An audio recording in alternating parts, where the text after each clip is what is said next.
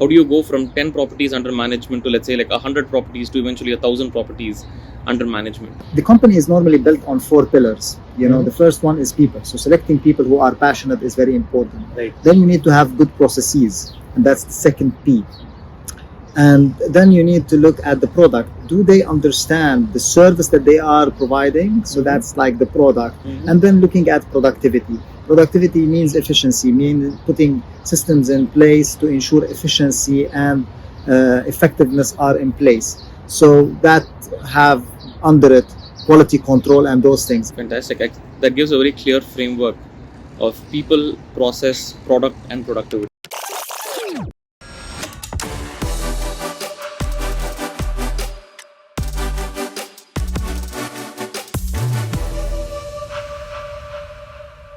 Good morning. Welcome back to another episode of the Bonk Realty Show. Today we're shooting from Dubai, and I have one of my favorite personalities from the Dubai real estate industry here with me. We have Mr. Abou Laban with us. Most recently, he served as CEO of Dayar Facilities Management, where his key accomplishments include growing the revenue by 125%, managing assets in almost 800 locations, and having grown the headcount by about 350%. He was recognized for quite a lot of the work that he did, including being awarded CEO of the Year and FM Executive of the Year in 2021, as well as Visionary Leader in 2022. He has spent close to 2 decades in the real estate industry, having previously worked with companies like Damac and Cushman & Wakefield. It's a pleasure to have him here with us today. Thank you so much for joining us on the show. Thank you very much for having me. Welcome to my home. Oh yes, this is a very nice setting for us to be shooting this episode as well. Thank you. I thought it would be different from having it in an office. That was a really nice thought. So let's maybe jump right in, right? A lot of our listeners are FM leaders and business owners in the FM industry. What do you think are the top 3 metrics that they should be looking at on a daily basis when they are coming to running their business? If you are managing a company, you need to look at your financials. So now cash flow is very important. You need to look how much you are collecting and how much you are spending. You need to always try to be cash positive. You need to look at your costs also from procurement perspective, etc. So the financials as a whole, you need to have a look at and keep a very strong eye on. The second thing is health and safety. You need to ensure that health and safety is paramount. That culture is cascaded all through the organization. Spot checks, you need to have policies and procedures in place. But you as a leader also, you need to go on site and make sure that things are done in the right way and people are seeing you as the owner or as the CEO of the company on site with them. The third thing is the operation excellence and customer satisfaction. So you need to ensure that you are meeting your SLAs and KPIs and reviewing those things with your operations team. So those are the 3 main things that I will talk about. It's a very clear set of 3 things to look at as well. So really appreciate the clarity there. When we're looking at the FM industry, something that we notice is that quite a lot of new players keep popping up all the time. And it's fairly easy for them to get a couple of early customers, just within their network and just from their experience. So it's very evident to us on how do we differentiate a bad FM company from a good FM company. But what we'd love to hear from you is, what are some things that differentiates a great FM company from a good FM company? Okay, that's a good question. A great company is a company that has great culture, that they work towards one goal and is supported by a good backbone. A good backbone or a spinal cord of a company is a good system, a good CAFM system, good ERP system. So the smaller companies cannot afford having those kind of systems in place. Normally their work is based on paperwork rather than having becoming paperless with the mobility solution, utilizing state-of-the-art technologies from augmented reality to virtual reality in training, for example. So technology is a key differentiator. The other thing, the larger companies can also afford investing in their team and in their ISO in their certification, in their BICS and in their ISA certification, for example. So all those things are important when you are looking at a great company, but all of it needs to become very covered by one big culture, which is a culture that you need to go towards customer satisfaction, customer happiness, and give them a good experience when you are delivering services to them. Fantastic. That's a really interesting point to say that even though the FM industry really interacts between people and the real estate, the point that you actually need to start from the customer and work backwards from there. Definitely, you have to be customer oriented in everything you do. If you are in service in a hotel or in a restaurant or in an FM company or property management company, the most important is the customer, and you need to give him a good experience. Let's say you are in a burger joint. From the entrance, how he orders the burger, to the time he goes to the washroom to wash his hands and then leave the restaurant. The experience is very important. Same thing for an FM. When you are providing services to a compound or to a commercial tower or to a hospital, we need to be giving the people a good experience from the service level as well as the customer interaction. The customer need to see a smiling technician, somebody at the reception. He's greeting in the right way, in the right language, right attitude. All those things are very important. Very interesting.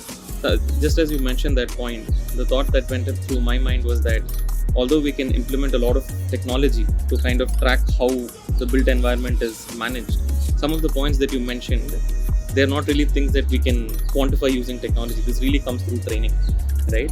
Any pointers that you can share on how the FM industry and the FM leaders should think about training their staff?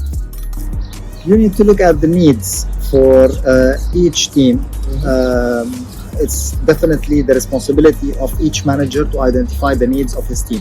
There's some items which are general.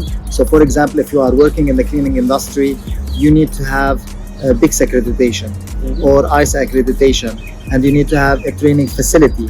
And that gives a very structured way of doing things for the training. However, if you are looking at the skills of each engineer or manager or supervisor, you need to identify those things and ensure that you are coaching them.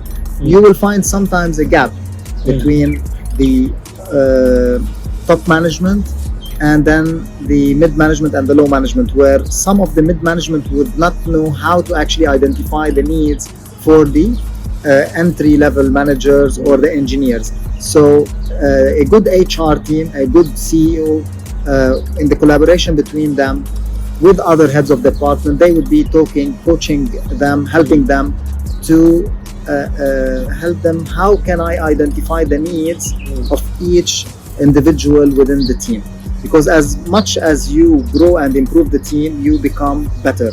I always say we are as good as our weakest link. So we are as strong as our weakest link. And so identifying the weak links within the team, that doesn't mean you get rid of them. That means you try to coach them. So there is a process of helping people. Some people, in my experience, the majority of people would want to be helped. They are shy sometimes to say, I need this. So a good manager would be identifying that and helping his staff. That's a very interesting point. Like, everyone wants to progress in their career, even if some of them are too shy or they're not very comfortable asking about it. So the point that a good leader will work with the HR team to kind of identify these people and kind of help them forward, that's a really, really interesting point. A lot of these challenges, as I was just listening to you speak, I realized are scaling challenges. What that means is that in the early days of the company, when typically it's the business owner who's kind of started it and maybe has the first 5-10 locations under management, properties under management, because the business owner is so passionate about the business and they typically kind of manage to keep a check on all of these things. But the real challenge really comes in how do you scale it? How do you go from 10 properties under management to, let's say, 100 properties to eventually 1,000 properties under management? So for anyone on that growth path, any FM leader on that growth path, when they have got an early start into the business and now they're understanding and thinking about how do they scale it 10 to 100 times the scale that they currently are operating at, what do you think are a couple of things that they should keep in mind? What are the most likely challenges they're going to encounter? I'll start my answer from using the word that you used. I love it. It's called passion. So the business owner need to be passionate, but everybody within the organization need to be passionate about what they do. When I hire people, and I tell also all my team when they are hiring people, if somebody is not passionate about what he does, don't hire him. And you can see it on different levels, from when you are hiring a technician, or from when you're hiring a supervisor, up to when you're hiring an operations director or a manager. The company is normally built on 4 pillars. The first one is people. So selecting people who are passionate is very important. Right. Then you need to have good processes, and that's the second P. And then you need to look at the product. Do they understand the service that they are providing? So that's like the product. And then looking at productivity. Productivity means efficiency, means putting systems in place to ensure efficiency and effectiveness are in place. So that have under it quality control and those things. Obviously, when it becomes too big, one person cannot be in 100 locations. Right. But when he is cascading all those policies and procedure through a good culture and having everybody going towards one goal, which is to grow the company, provide cost-effective services, understanding the customer and keeping him happy. All those things are big things that you need to cascade within the team. And that way, if you're keeping repeating those things and ensuring that you have policies and procedure that guide the quality of the service, inshallah, the growth will be sustainable, and you can continue growing without affecting the quality or the reputation of the organization. Fantastic. That gives a very clear framework of people, process, product, and productivity. Right. So that's a really interesting. It's good that you said it in the same way as well, so that people can kind of remember that and kind of execute their businesses in the same way. Something that we notice, because we have customers in so many different parts of the world, right? We notice that every region gets certain things right and gets certain things wrong. And we feel that, if we collectively bring this information out, like people from different parts of the world can kind of understand what they're doing well and, what they should possibly do better. So with respect to FM in, let's say, Dubai, what do you think is one thing that the FM industry here gets right? And what do you think is one thing that the FM industry here should do better? FM industry here in UAE is leading the path in the Middle East. And we gained from a lot of expats coming to the Emirates in the past 20 years. That helped that transformation or that knowledge to be moved from different places in the world and then be implemented here. The thing that, so for example, implementation of softwares, of systems, of CAFAM, this has started a long time ago. However, in some instances, we overdo things. And what I mean, sometimes there's a good idea, but we end up overdoing it or overstretching it. I'll give you an example. Sometimes there's now an idea about something called the auction, online auction. So basically you tender, let's say 10 companies tendered for a project, you end up passing the technical, and then they go to the financial. Now obviously the nice thing is to have 60-40, so 60 on technical and 40% on financial. But what you see now is that after everybody passes the technical, okay, although the solutions could be different, but they forget all the technical scoring and now they go to the financial. Now there is a couple of things here. The first thing is that normally when you do an auction, it's the last step in negotiation. I think it's fair that the last 2 or 3 people, they give them that option. So within half an hour, please come back to us with a revised price. But what happens in UAE, and I've experienced it, where you come second in a tender, and then during the auction, the people or the company that came 10th or 7th, end up going to the first place because they just went, they want to win the project, and they end up putting a very competitive price. So from the client from his side, as a cost, he may have achieved good savings, but maybe this company is not the best technically, or even if it is good technical, on the financial side, I don't think it is fair that to engage all the companies. You should engage maybe the top three. So sometimes they do it. And I can understand, the position of the client, but also for the service provider, sometimes it's not fair. Fair enough. Fair enough. Well, that's a really interesting point, right? Like, because we noticed that the FM industry, with respect to technology implementation, in Dubai is actually very far ahead. Because most companies here have either already bought, implemented, or are thinking about buying. Whereas in many other parts of the world, people are not even in that stage yet, right? So it's a really good point that it's a very tech first, kind of a market.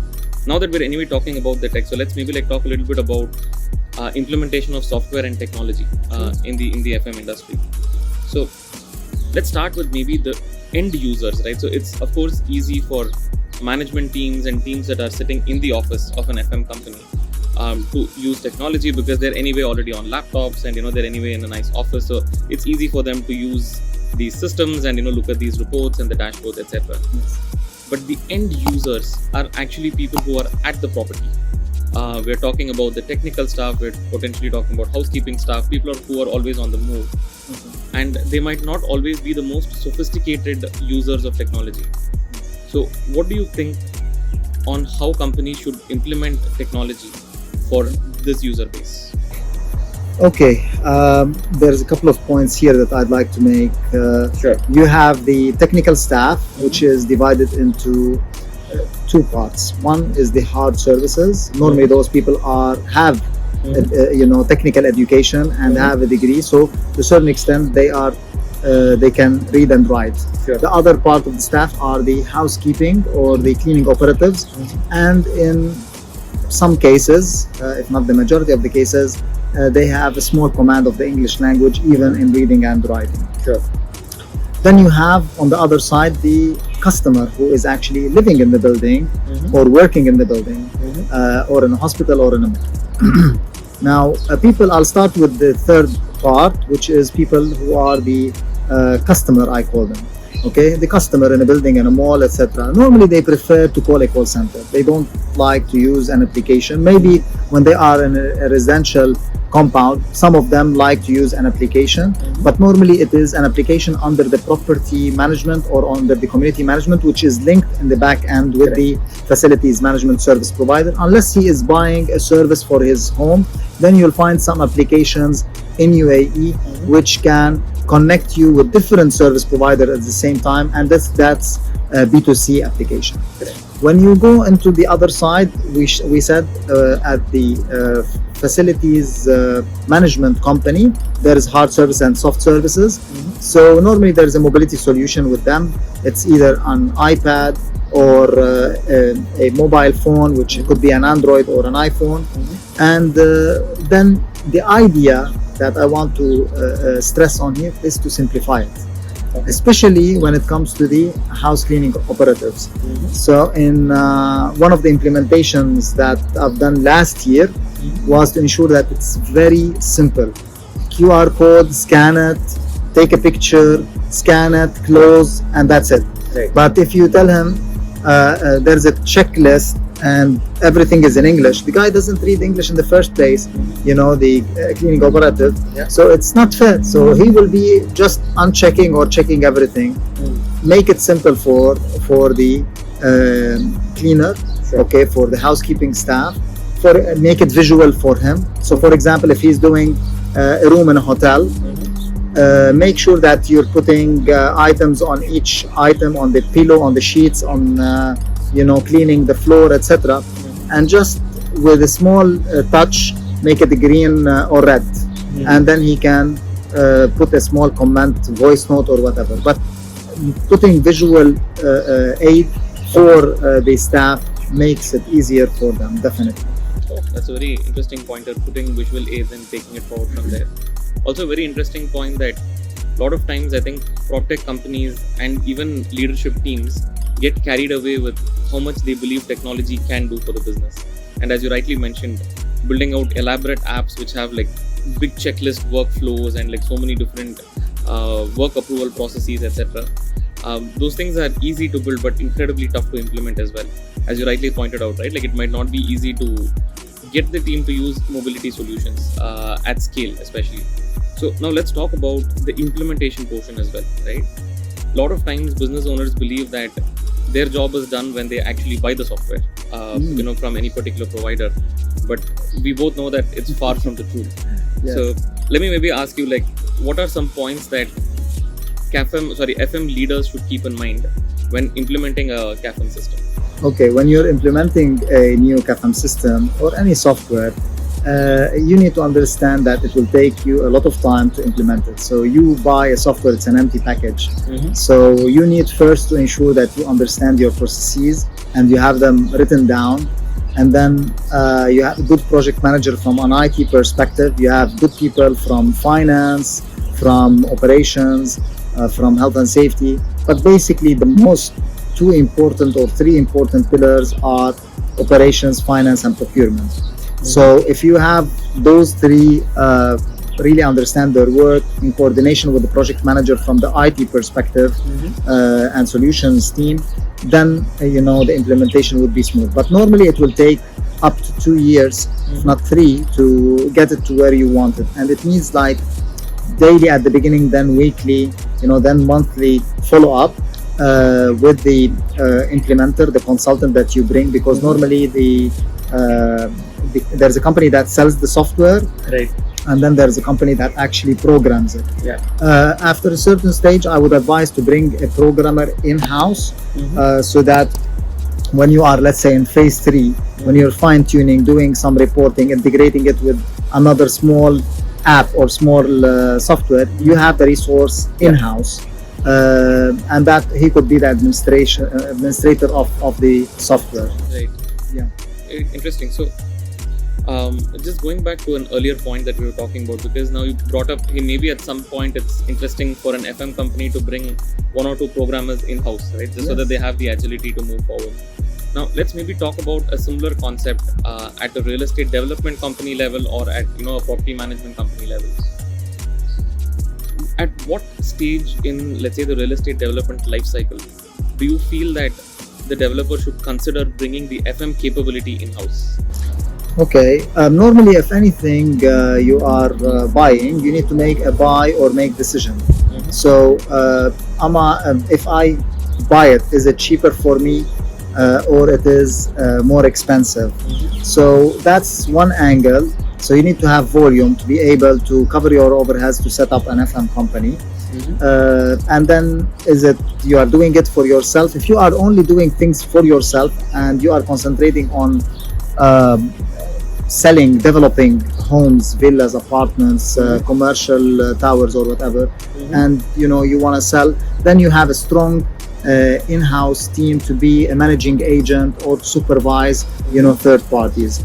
But if your business plan, you want to diversify your income streams, where you build or you invest in a defensive investment mechanism like an FM company or a community management company or a property management company, then you need to have the scale, and then you need to have good systems and prove the concept on yourself, and then go out to the market. The next important point is that normally when you are a real estate developer, you need to ensure that you have good quality associated and good service associated with your product. So you have the product of selling an apartment or a villa or an office, but also you need people to come and say, oh, I like this community, I like this building because the service is really good. Yeah. So you need the FM company becomes plays an important part in maintaining and helping the brand shine through giving a good experience for the tenant or the person who bought an apartment or a villa in that community. And it's a very important aspect as well, because real estate developers play a very long game. Their brand name gets built out over decades, right? And when they don't have good control on how the asset is managed after them exiting the project, and let's say maybe the FM team is not doing a really good job, 10 years from now, people are going to say, hey, that developer does not really do good projects. But when in reality, they did a good job, just that they weren't able to manage it really well. We mentioned earlier about how UAE is ahead of the game. So now the majority of the developers would engage the facilities management at an early stage, at the design stage, and they would do FM design reviews. They will look at the operability and the maintainability of the asset in the future. The good developers definitely will not look at putting the cheapest equipment and making a quick buck. They will look at putting something which is cost effective, which serves the purpose, which is energy efficient. Now we are going towards the net zero. Also, that's another driver. So again, the other thing that is important to take into consideration, that the government, the management of the whole country goes towards certain direction of sustainability, of net zero, and that pushes the governmental sector as well as the private sector, and under them the real estate developers, to adopt the latest in technology, the latest in sustainable ways and methods to ensure that they reduce their carbon footprint. Again, in Europe, they are maybe a little bit ahead of us, where there's you pay tax now, and there's a lot of countries that are saying now we have to actually demolish some buildings and rebuild them in a sustainable manner, so that we avoid tax. We are not at this stage here, but I think the approach that the UAE in particular has adopted is a fantastic roadmap to reach net zero and have a better environment for everybody living within the United Arab Emirates. That's a really good point. And right now, sustainability is so much of the focus as well, right? So it's really interesting to know how the country itself is moving towards that. Just one last quick question on the PropTech side once again. Are there any technologies that you wish existed for the FM industry that don't already exist? I think many things exist. The problem is the implementation, and some of them are at the infancy stage. So last year we won an award for applying the augmented reality, and I've spoken about this, moving the technology from F1 to FM. So I saw the augmented reality technology in GITEX 2 years back, and it was on a stand of a company called TeamViewer, which are the sponsor for Lewis Hamilton F1 AMG car. And I was interested in the car at the beginning, and then I noticed how they use it between the factory and between the car, or the engineers that service the car in different areas of the world. And I thought, okay, that could help my engineers, and this could be a good communication between the subject matter expert and the technician on site, which will reduce the transportation from a cost perspective as well as a pollution, and make us more sustainable. And now that has been implemented across. Virtual reality is something that there's companies that are developing training material, and you can put the headset on the head of any person, and then he can have it in any language. So English, Arabic, Urdu, Talim, Hindi, etc. And that makes the training easy for the technician to have in his accommodation, and it is one-on-one, rather than at the moment there is a lot of people attending one training, and sometimes there's a language barrier and a concentration issue because there is a lot of people at the same time. That's right. So there's technologies also on artificial intelligence, on IoT now. That's the new big thing, collecting that data, looking at it, making the computer help you with the machine learning and the AI to look at future trends, which can make you more cost effective from an energy perspective, but also in your operations you can go towards condition-based maintenance rather than just the preventive maintenance that we normally use. So that's really interesting, especially the point about how virtual reality can be used to train staff, right? because we hear of a lot of applications for virtual reality, but this is the first time I'm hearing how it can effectively be used to train the team. Yes, there's a couple of companies that I was in touch with, and what there is now is more towards health and safety. But the good thing, when you tell them, okay, I want you to develop something for me, you can collaborate with them and they can do the programming, the animation, and all this, and then it could be branded even with the branding of the company that you work with. So, one of the interesting things that we see in the automotive industry, for example, is that there is a generational shift happening. Like, people are moving away from petrol and diesel-based vehicles to electric vehicles. What do you think is one such transformative trend which could potentially happen in the FM industry over the next decade or so? Again, technology is key. I think a lot of places you're starting to see robots, cleaning robots, in particular.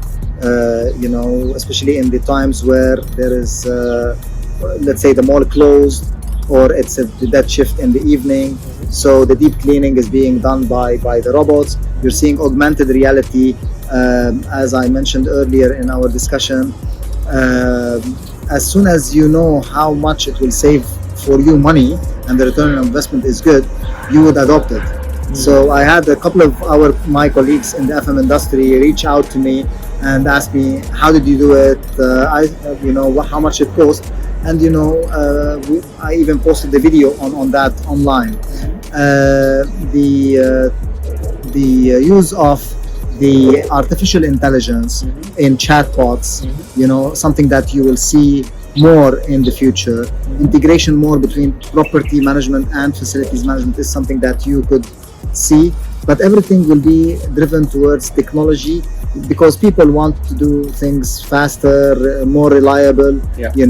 But always there needs to be a balance, and there needs to be a shift in how can we use the technicians in a different way, in a smarter way.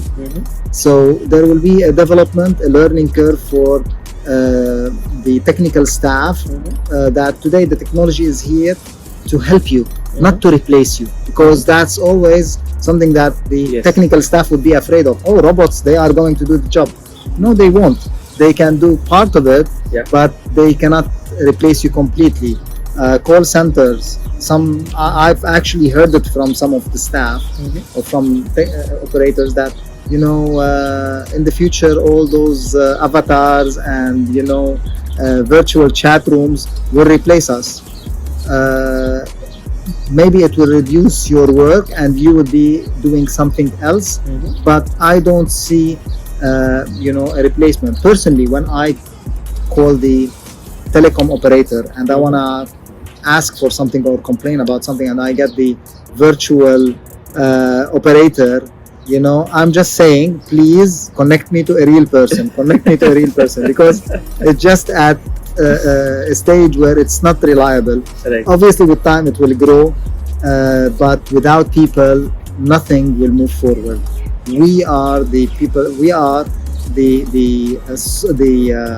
how to put it in a nice way, people invented technology.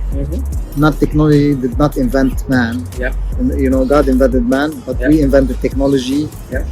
So we will keep using it for our advantage, for the development of the industry and for the development of the environment we live in, and hopefully it will work, it will go in the right direction.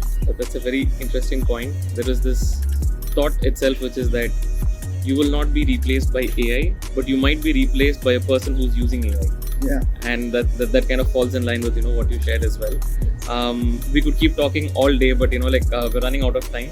Thank you so much for sharing all of these insights here with us today. Thank you so much for allowing us a chance to shoot in such a wonderful background. Thank you so much for inviting us to your home. We would love to do this, once again, maybe in a couple of years, to see how things have progressed since. But thank you so much for being with us. Thank you very much for coming.